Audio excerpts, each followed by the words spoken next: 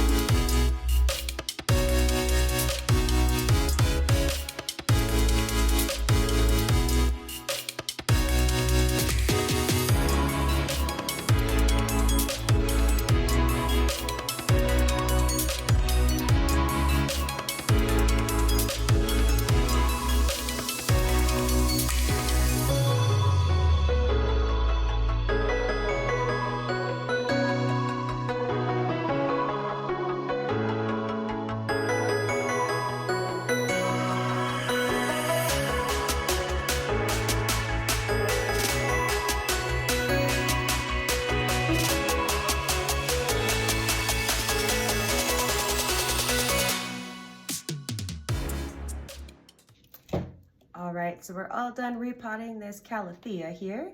He's in this really cute little skull pot, which has been circulating around in my pots for quite some time now, but he's always one of my favorites. So stay tuned for more updates on this Calathea, and I'll let you know how it goes. Thanks, and stay planty.